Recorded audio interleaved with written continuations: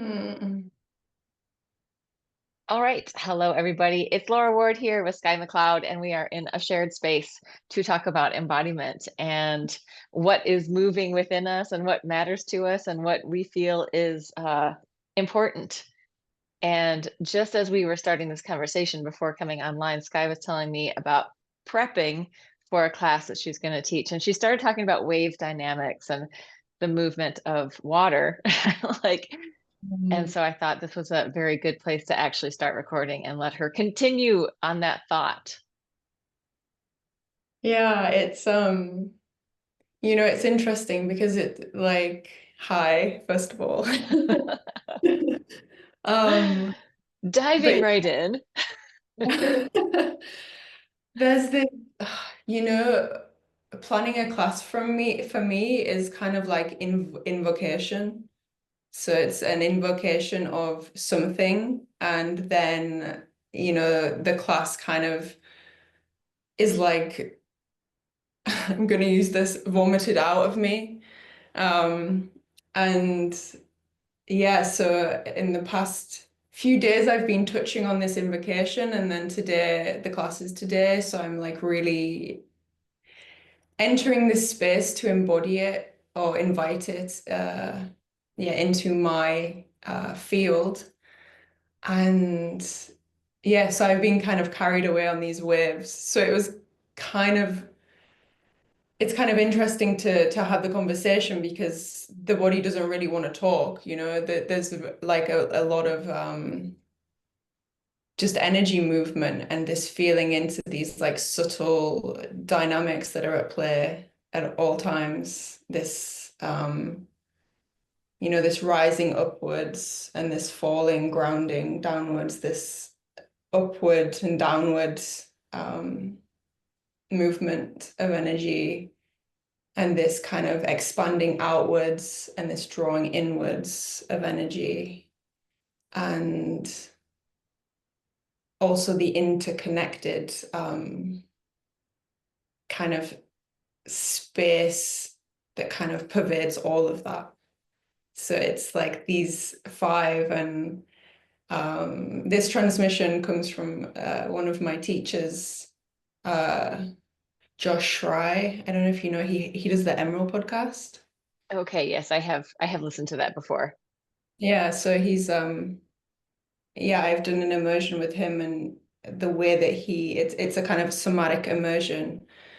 And yeah, he really, there's something in his transmission that it's this invocation, the way that he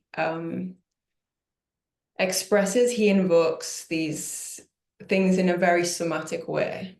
And yeah, this is one of the themes from one of the things that we were working with. And it's almost like,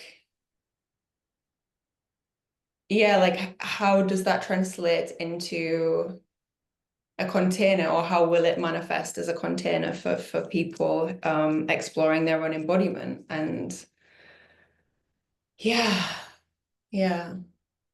Yeah, And language isn't always, it's the tool that we need, right? But really like yeah. it is the transmission and it is the invocation and the deep listening on our on that on that really sensual, physical, energetic level. But there's also like for me, like when I'm teaching, words are coming and it's Yeah. like, oh, and sometimes I think I'm talking too much. I just need to let them have the experience. And then sometimes it's very strong. You have to say this. You have to say this. You have to say this. So I feel like a lot of teaching embodiment, and as you're speaking, and it's in your body, it's in your movement, right? We receive the vibe. We receive what's happening in the field just by being present. If we're open to that, if we can tune into that, um, it's so funny. But being able to share it and make it available to a broad number of people from very different backgrounds Mm. requires that listening um, and trusting. And also not having to be perfect, like, oh, maybe it's not going to reach everybody the way that I want it to, or maybe it will. But I feel like the more people are embodied and not shutting down and locking themselves and armoring, the more there's no need for words, just some themes that we can work with. But it's Yeah. interesting also just talking about the water. I find myself I'm always looking up like ways of expressing flow, ways that water flows. Like there's laminar flow, there's turbulent flow. There, multiple ways that water could be, like a wave, a crashing Mm. wave, a gentle wave, like just gently moving you, or like a drop of water, a raindrop, like splashing. And I'm always looking it up online to see like how did people really learn about healthy flows and like the filtering of water and how things like work in water systems, which brought me actually to like old like videos about logging in like Canada, or maybe it was in Europe, I can't remember, but like where they were figuring out how to bring these big logs the best way down. And it was never a straight shoot. It's Mm. like it has to move in certain ways because there's so much movement in the water. And I feel like that's like teaching embodiment. It's not a straight line, it's not linear, it's very grasping this moment here, or like, catching.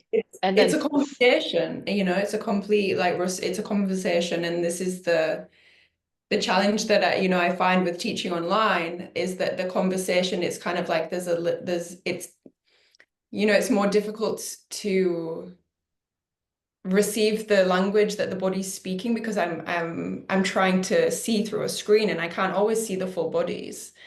And I think when I'm teaching, like a lot of my words that come through for the bodies that are in front of me, for them exactly what I'm seeing. It's like there's this channel that opens, and it's like a co-creation, the people in the class are summoning forth, yeah. these words. Um, and yeah, it's more interesting doing it online, and but also at the same time, it's like, having enough people there with their camera set up in a good enough position, it's like but this is definitely something that I need. Um, and when you were speaking like this, like what just really stood out for me is like this openness, that this openness, this willing to go into something different, a different way of experiencing reality. This is so key Yeah. when you're kind of coming to an embodiment session. And also, I think like when I'm teaching, I have two things to say. One is about teaching online, and the other one is about openness. Like whenever I'm teaching any kind of embodiment class, I always offer that people can stop whenever they want. They can be in stillness that whenever they want. They can take what I'm offering, and maybe it's going to take them down a different pathway than that I'm going. And as long as they're still sort of within the bounds of the group container, they can do whatever they want. Like they can go off in any way, because I feel like the agency thing and the trusting their own bodies thing is so huge. Like it's Yeah. foundational, it's most essential. But then the thing about teaching online, because I've been teaching online for a long time, and when I'm teaching like a deep dive, a deep somatic inquiry practice, I am not watching at all. I just go into my system. I'm not Mm. trying to see other people's screens. If I'm teaching a group class, if I'm teaching one-on-one, it's very different. But if I'm teaching a group class, I'm like, I am just going in and listening and going in and feeling. And then sometimes like I'll use music, and then there'll be things that come up from that, right? So if we have a score, then the score is giving us all the same information on that vibrational level of sound. And then I trust whatever's coming up. But the things that I always keep trying to return to is this idea of coherence in our body, of like our heart, our mind, our gut body all in alignment. Like as if we're all on the same page, that is health, that is vitality. So those are the things. And then also I feel like for myself and for other people, I feel like there's a lot of judgment and self-criticism involved. And like to be able to really enter the space, you kind of have to let the judge go sit in the corner and leave you alone. And Yeah. so like I feel like that's a really one that I usually name when I'm teaching, like just if you got that person in there that's critical, that part of you, just set them in the corner. They don't need to leave the room. But I think, yeah, it's key to name that. I think every session that's named at least once, for in when I'm teaching for sure. Uh, because it's always there. And I think this is what holds back bodies from actually really expressing in the way that, I guess the most fullest expression, this inhibition of the self-critical, judgmental mind is yeah, so I always try and start a practice by really creating a space of softening. So really like the first at least 10 minutes or so of any practice is just like inviting a deeper softening because I think that this is so important to even just like let the body to start relax, from the kind of way that we're moving around the world and being very distracted by everything and engaged with all of the attention grabbing elements, of the modern world. And there's just like, yeah, the first part of any class just needs to be this like withdrawing from that, this turning inwards and just this softening in yeah, before any. landing. Yeah, coming in.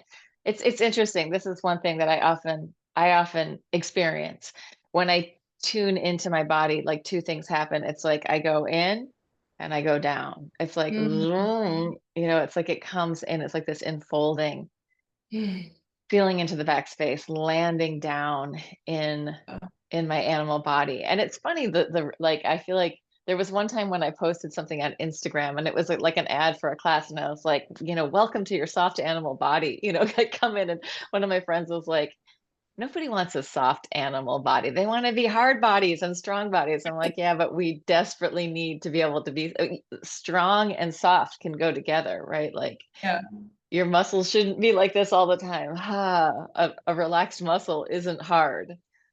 yeah, Yeah. yeah. I actually wrote this on my description of this class that that I'm offering today. This I think it said something like beginner's mind, open heart, and soft body.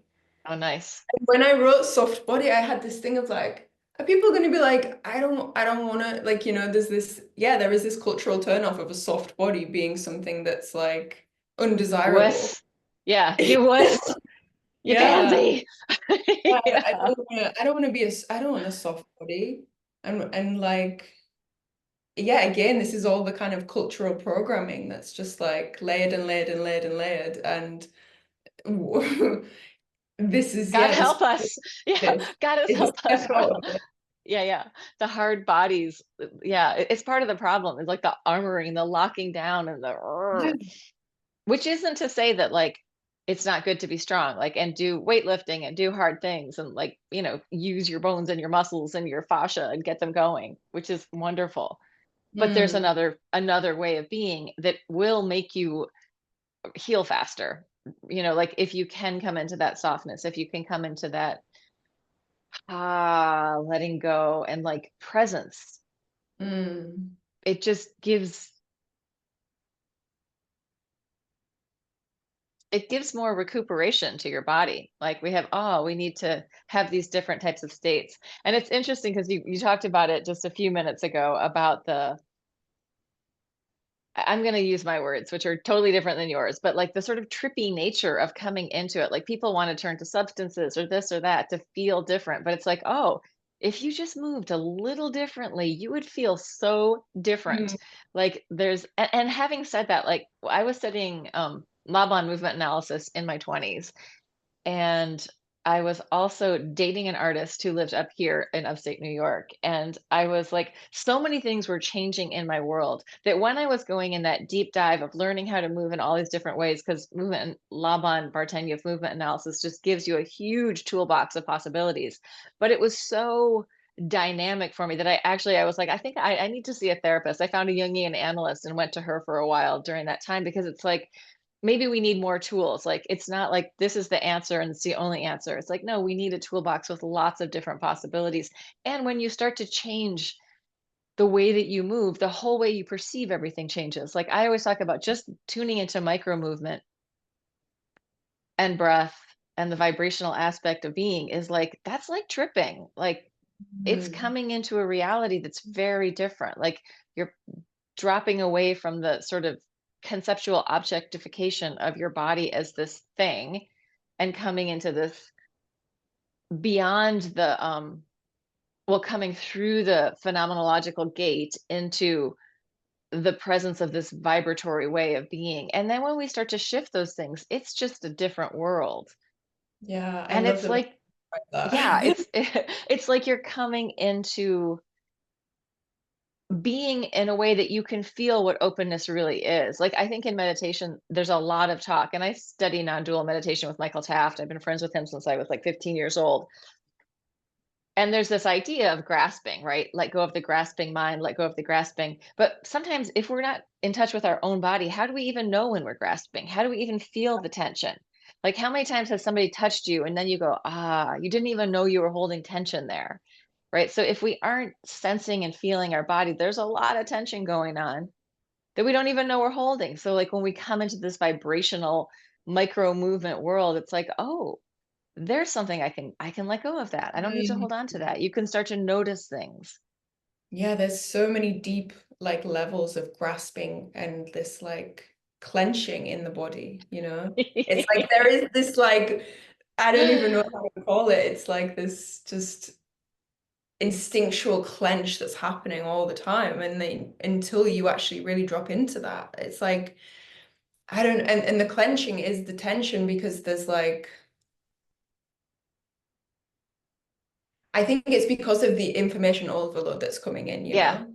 The Not cultural really taking onslaught. breaks. Yeah, not Yeah. taking breaks out of that. So there is this like bracing in the body that's kind of like always on this kind of alert, you know. Um, yeah, and it's like when you spoke about, you know, psychotherapy, I really think that having all of these tools is so important because when you start to go into your body from not going in your body, like some people like who I've met, you know, they'll be in their 50s and they're so disconnected from their body and they say, I don't think I've ever been in my body. And you know, and when they start to like enter into the felt sense of their body, there's a lot there. And there's a lot Yeah. of support needed, and there's a lot of tools that are needed to actually start to move into another way of being and start to really inhabit the body because you know there's a there's a reason that so many people are disconnected and not inhabiting the body, and it's because there's a lot there to be felt. Yeah. Yeah. Denial. Shove it down. Don't feel it. Yeah. But I do feel like the body loves slow, right? The body loves to make change slowly, right? Because Mm. if you like if you're working out and something changes super fast, it's either steroids or an injury, right? You've either done something, it's not natural. It's like if you hurt your, if you, yeah, you want to take your time. You want to build slowly, slow and steady, like the tortoise embodiment, so that you Mm. take your time and just keep moving through things. And then these massive shifts can come from the tiniest little thing, right? The tiniest little release of tension, the tiniest little shift in perspective, and it's like, whoa, you're in a completely different world, a shinier, brighter, more vital world, right? Which some Yeah. people don't want to be in. Like, some people, like, we've locked ourselves into these ways of being where often the life is just narrowing down and narrowing down. We specialize in more and more, and we just, this is Mhm. my little spot right here, as opposed to opening out, right? Oh, what's happening? Being in the wonder, which I feel Yeah. like for me, like, there's a tremendous, like, those people who say they have never been in their body, they were in their body when they were kids, That's right? the first Kids thing are I in their say. I'm like, bodies. not even when you're a child. And then there's like, yeah, okay.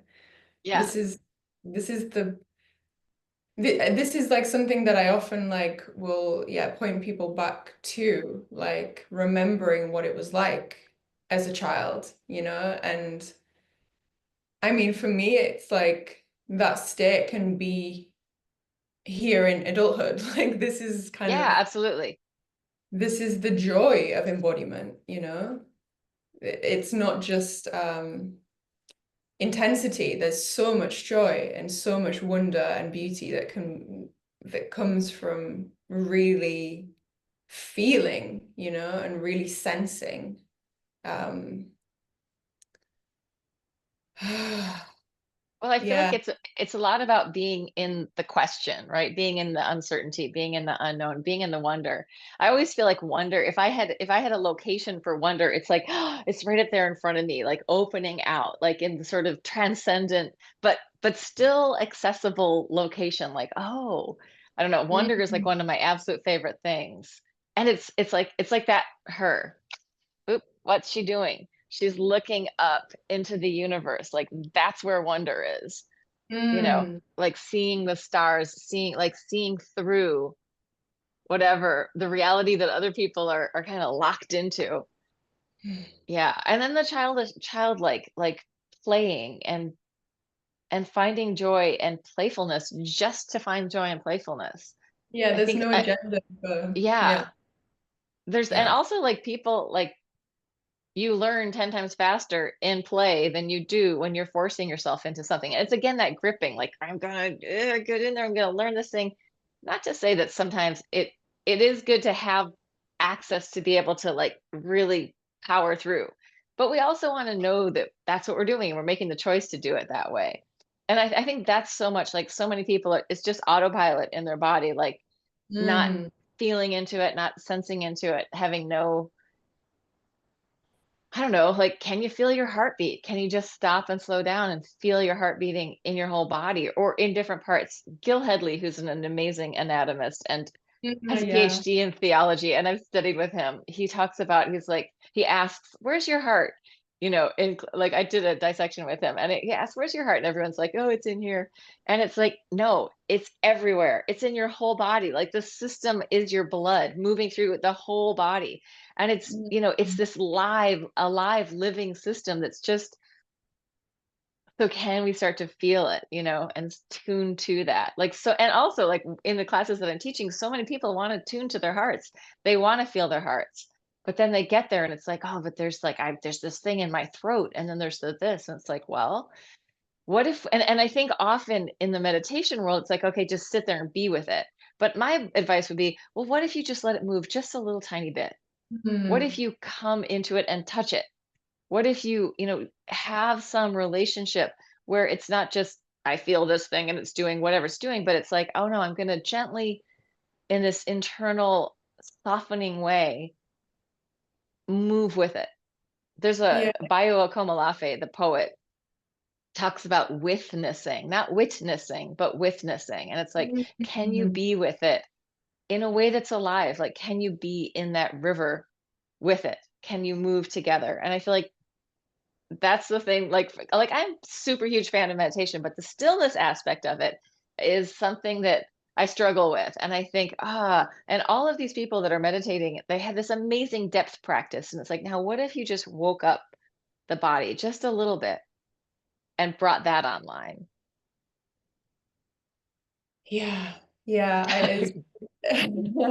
Goals. As you were saying that, I was just like, yeah, this difference between witnessing and like inhabiting and like conversing with like these energies, these like subtle energies of the body. It's and I think that's the thing with non-duality. It's like when you're really not making the other, there is this ability to like merge and kind of go with these energetic movements rather than just like, I don't know, for me in meditation, when I'm super, super still for a while, I feel like there's a holding. I feel like there's not Yeah, this, gripping. yeah, there's not this kind of full immersing into experience because when I like was truly immersed into the fundamental fabric of experience, there's movement, you Yeah. know, there's there's energy moving, and this is like this wave dynamics as well. It's not just waves Yeah. of water, it's the waves of the energy of the entire Yeah. universe. Yeah. It's these patterns are like reflected in nature in the way that plants grow and open Yeah. Yeah. up and close Yeah. down, and the same with the whole cosmos. Yeah. It's like the micro, macro, everywhere you look, these fundamental patterns of energetic like happening are happening. And Yeah. it's like for me, embodiment is like really like deeply, deeply listening to them. And to be able to deeply listen and be with them, like this state of experiencing kind of this fundamental layer of reality, there has to be this willingness to dissolve. The Yeah. willingness to Yeah. dissolve concepts, the willingness to dissolve kind of thinking that you know anything. And Yes. you know, Totally. like I feel like you need this willingness. yeah. No, you can't be the great master, sitting on top of the mountain. You are the mountain and you're the stream coming down the mountain and you're the waves crashing against Mhm. the bottom of the mountain or into the cave. But it's interesting that you say, yeah, it's not just water. It's funny because like I also study like air is considered a fluid because it flows. So like Yeah, energy yeah. flows, air flows. And I love using the elements like fire, like the electrical current of the electromagnetic field of the earth, the electrical current that's pulsing our heart, the electrical current that's like our nervous system giving information. Mhm. Like there's all of these currents that are moving and they all have sort of different ways of moving. They're different options for flow. I love air too because like air, we can't even see the air in any way, but we can see the movement of the air because it moves things, right? We can see, Yeah. and it has so many different possible ways of expressing. So it's like there's so much option for finding nuance and variety in just ways of flowing, ways of being, and Yeah. all of those are in our body anyway. Like we And they're have always that. all around. Like they're always Yes, like today I had everywhere. some incense burning and the sunlight was streaming in the window. And to see the dance of the incense in that light, like with the dust particles in the room, and Yeah, just like I was absolutely like gone in for a while, completely immersed in this.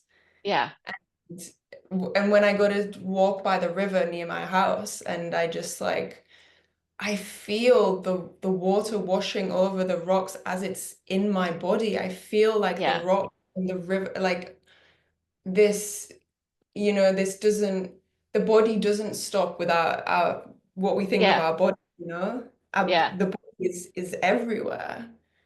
And it's about, the when you're willing to like really drop out of the conditioned mind, you can start to really experience the world as a very different place. yeah, And much more absolutely. intimate. Like it's like this intimacy with everything that's just fascinating and nourishing. And it's like right now I've been spending a lot of time alone, and there's just never this sense of being lonely.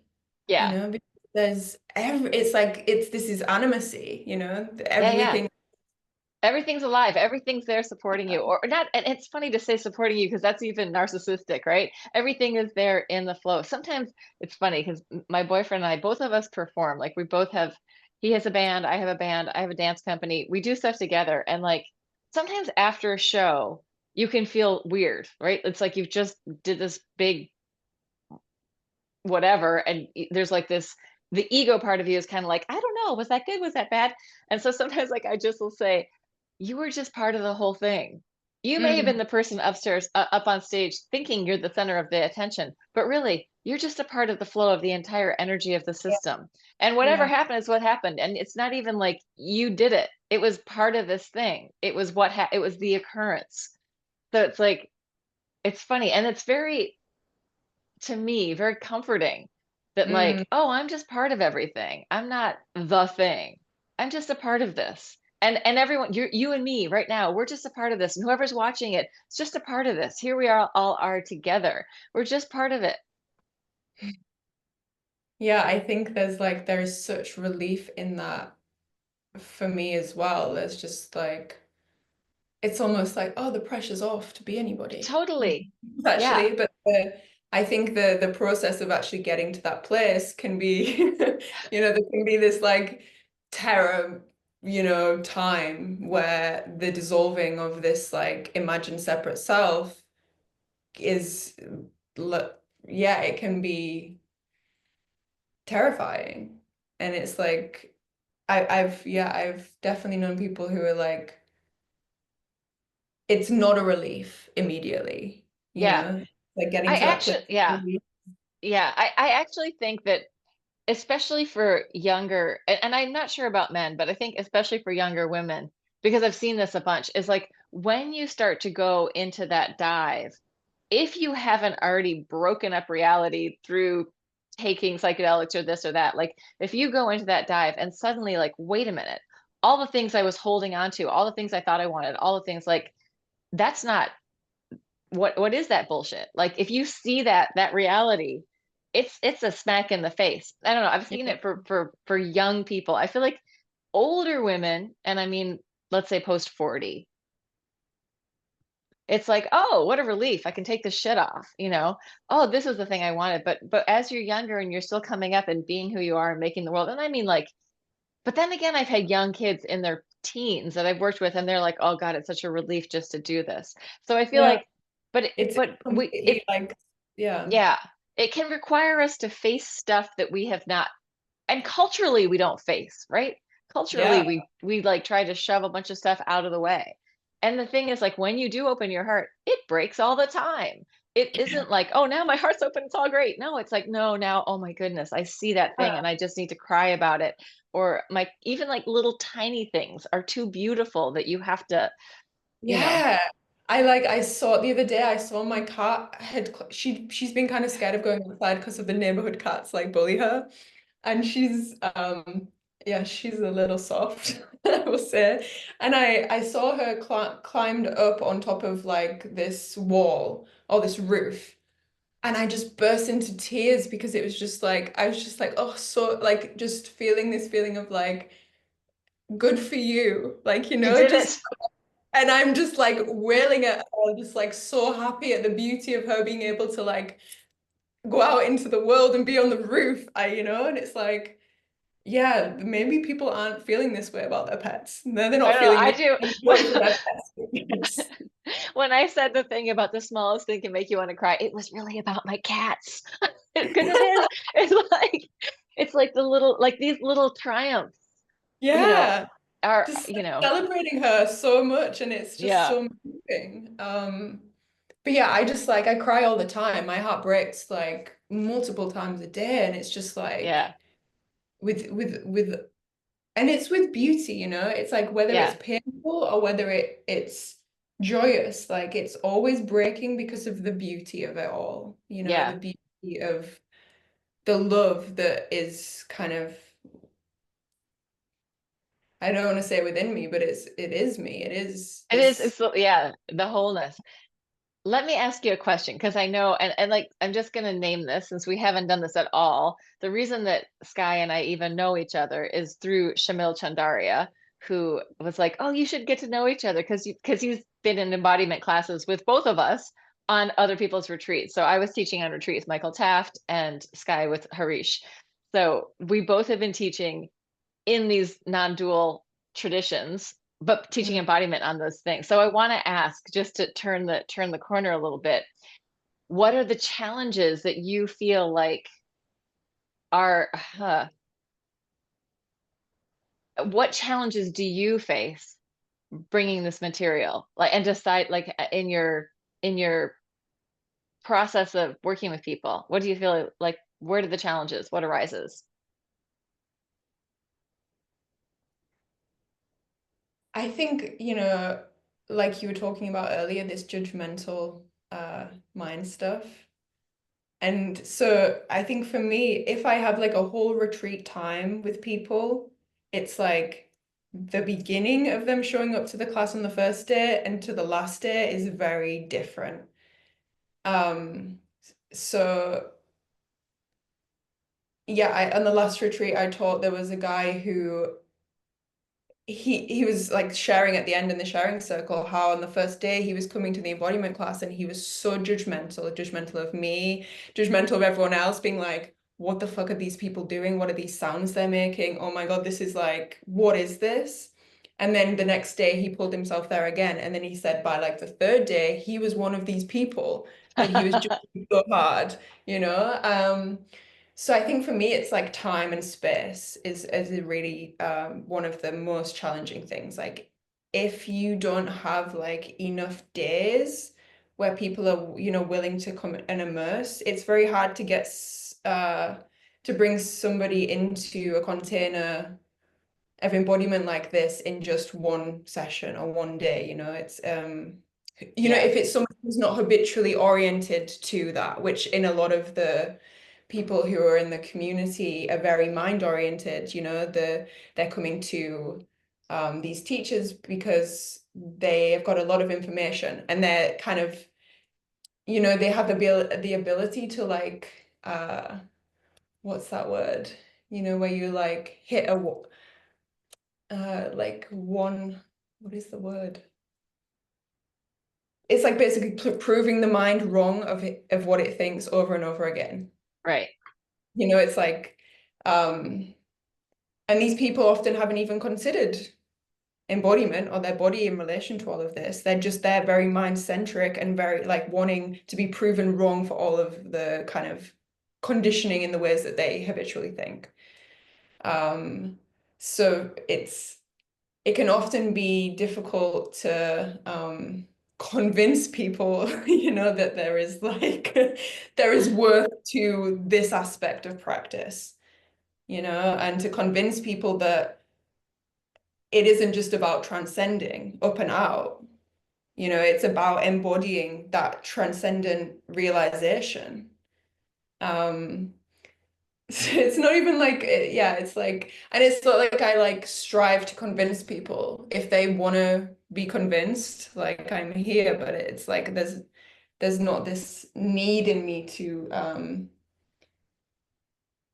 yeah, to change people's minds, but I know that if there's enough time immersed in it in community, Yeah, then ultimately that'll kind of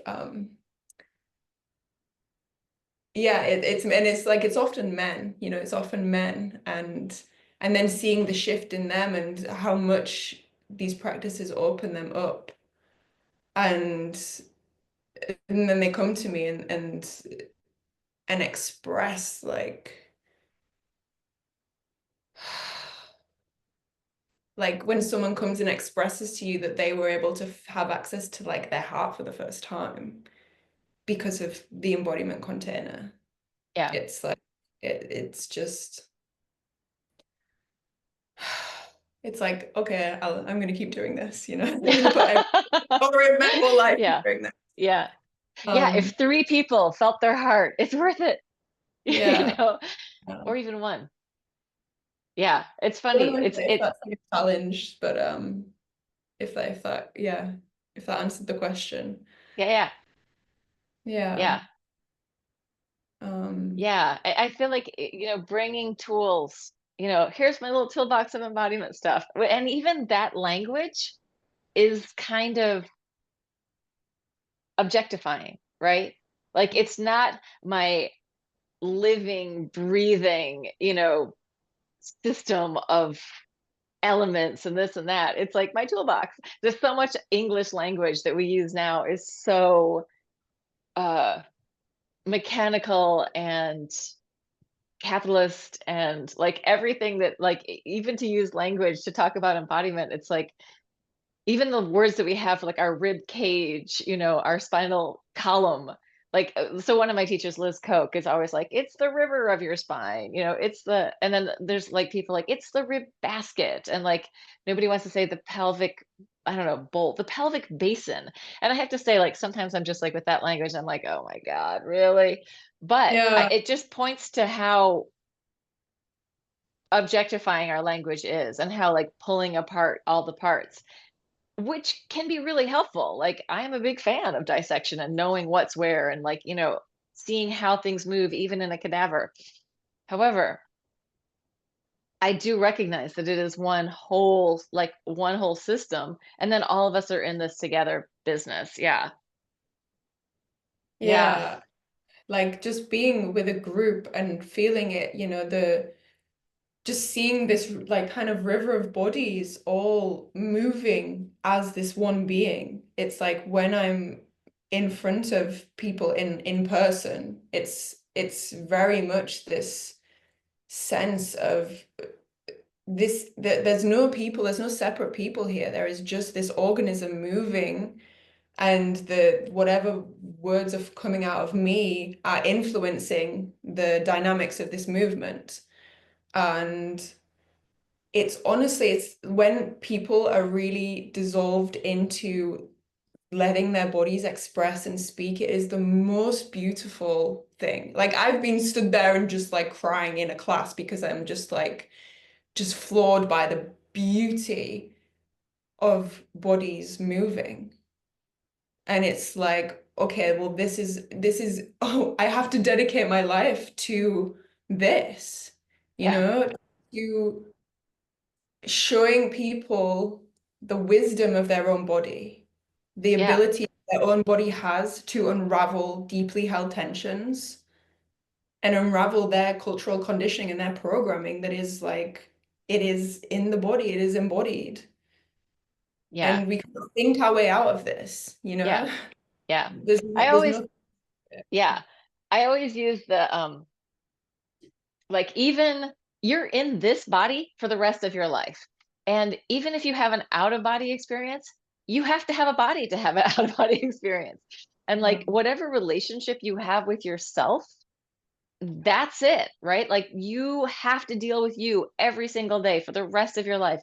And if you can come into a kinder, gentler, more aware relationship, especially with this entire structure, energy pattern of your body mind system, it's going to affect your life in such a way and the planet rippling out that is very beneficial for it, for the organic, alive, vital nature of yourself. And by that nature, if you are really integrated, that is good for other people, that is good for the animals, that is good for the trees, that is good for the planet. Like you can't do horrible things if you feel your body. You can't, yeah, it's like, objectify the planet. You can't, strip mine. I honestly believe, like, I mean, this work is activism work. Like, Yeah.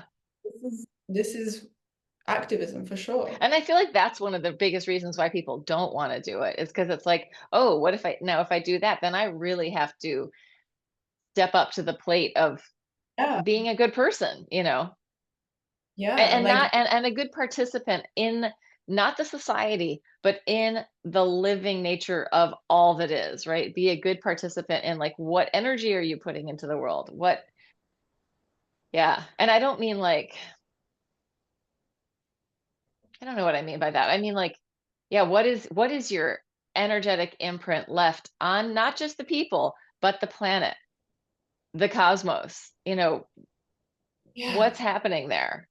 Yeah. And for me, it's like it's really about intimacy. The more intimate you become with your own embodied experience, your own felt sense of your body, that intimacy really ripples out into the world. This intimacy, this interconnectedness that is felt with all beings, and then that kind of awareness really, I think, changes the way I show up and I choose to show up, and how I orient my life. And, a big uh, tool that I bring in for this is self-touch, because people don't even touch their own bodies. You know? People don't, and this, this sense of like offering a loving touch to another person, the power of that, this hand-heart connection, this is powerful and it's palpable if you really drop into that felt sense and the power that is in your hands, the palms of your hands. So when you can really feel that power and then you lay that onto your own body, it's profound. And Yeah. you know, and using that to move energy in the body, um, stagnancy. Yeah, I have this really great teacher who is a body worker, and when I, first went to see him for a session, as soon as I walked into his office, like my whole body just dropped. And Mm-hmm.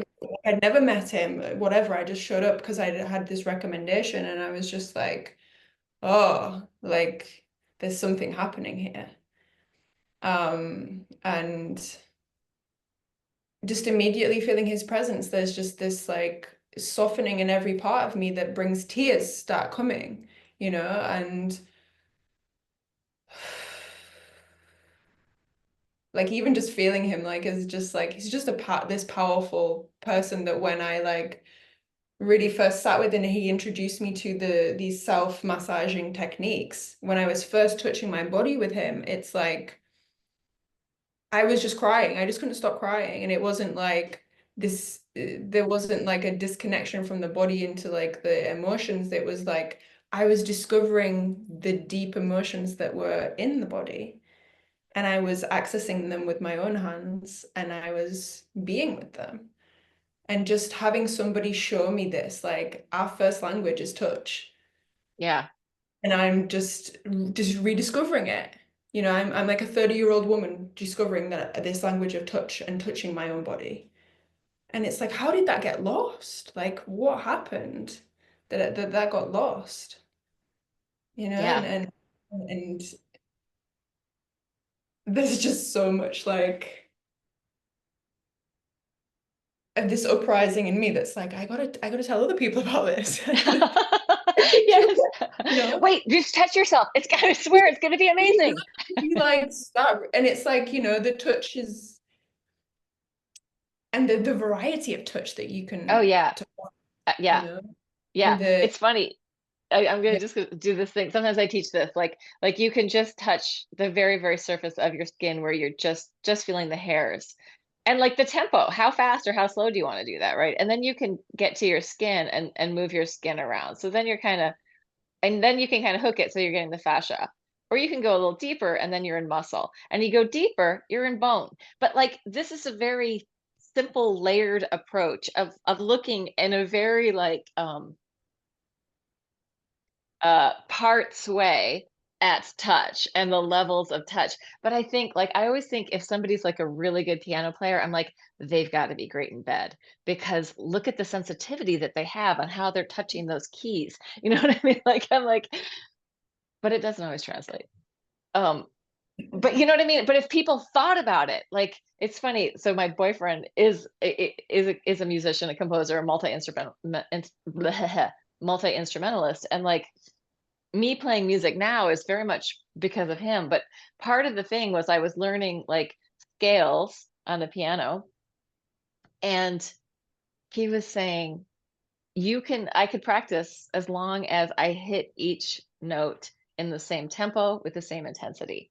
So it's like, oh, there's something, it's not like there's so much more to it, like to have yeah, the rhythmic quality of the touch, rhythmic like quality, the level, how hard are you touching? You know what I mean? It's like it's but people don't always translate to that to our body, to touching another person, to being, like or even your animal. How do you touch your pet? Is it consensual? You know? yeah, I feel like with cats, when it's not consensual, they'll be like a bite or she'll just run away. Uh And yeah, this is interesting. It's like also, yeah, when I'm encouraging self-touch, I'll often have music playing that is like a very consistent rhythm. So like a longer track that will be a consistent rhythm. And I love playing with touch and rhythm and like working into your body in a very rhythmic way and seeing how your body responds to that because the body really loves rhythm. body was, I mean, and connection, like humans used to get together around the fire and play a drum and Yeah. dance, right? And the whole community got into rhythm together. And we could trust each other. We knew we were, this was our way for many years, or for thousands of years. And now it's like we don't get together and play music. We don't get together and get into rhythm. Most Western people don't have rhythm. Like, yeah. Yeah, the grief I have about not being able to play music with my friends every day is big.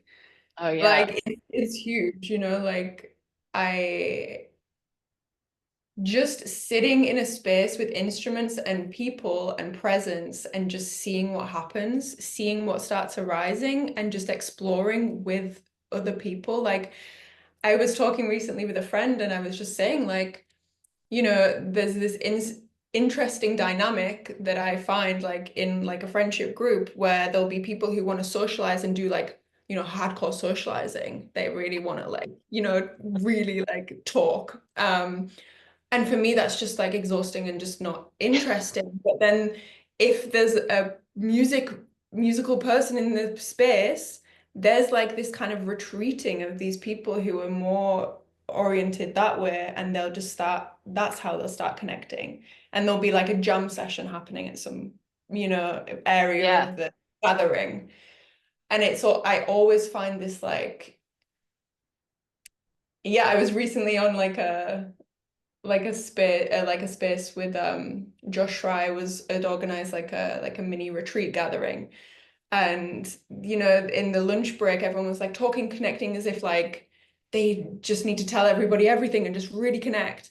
And I just found myself like kind of overwhelmed a little bit by the intensity of this. And there was a guy who was sat playing a guitar, and I just was like, I went over and I just sat next to him, and then someone else kind of came over and sat, and there was like the three of us, and we were just making sound, singing and playing, and it was like that was the space that felt good for me to connect, and it's really interesting. It's like, we say we need words to connect things, but it's like so often I'm just like, can we not?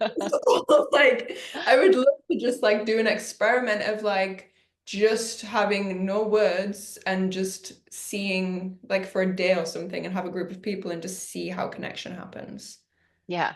Yeah. No, I'm with you on that. Like the social thing and telling stories about everyone's life can be Yeah, exhausting.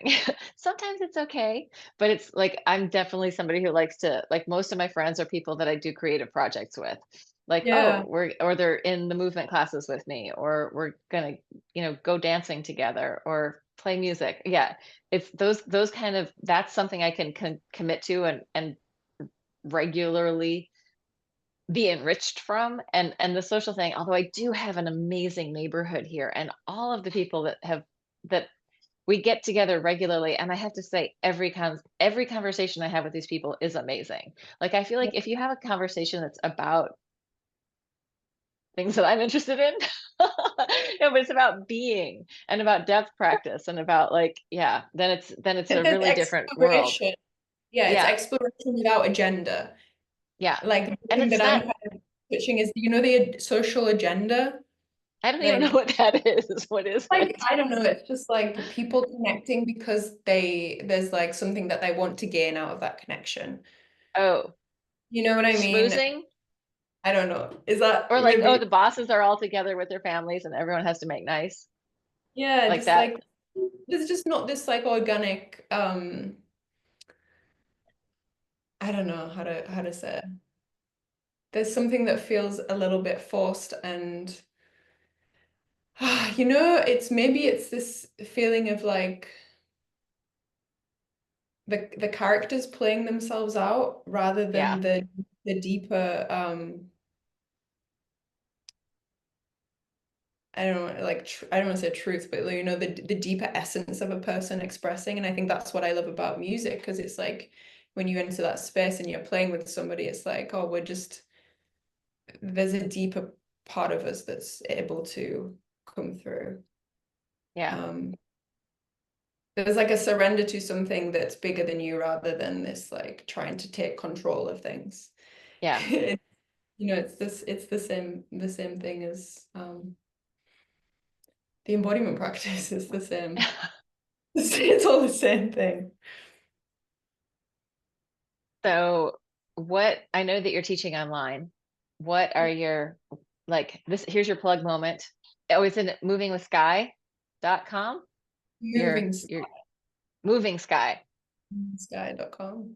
It's like a pun, you know, the sky moving, Yeah. but moving yeah, sky's moving, yeah. I like the moving Skye. I like moving Skye by itself. It's beautiful. Yeah, Sky. and I'm lauravward.com. And both of us are teaching online and doing and offering various things. Um, I'm going to end it since we've done a whole hour. I'll Yeah. end the live and then we can just talk for a second. So anybody who showed up, who made it this far, you win. You win. Have a celebration. Something we don't do enough. Celebrate. I was watching Senna, the movie, not the movie, the series, and like when he wins, it's like, yeah. Like how often do we get to have that embodiment? So get your celebratory embodiment every once in a while. Yeah. Ugh.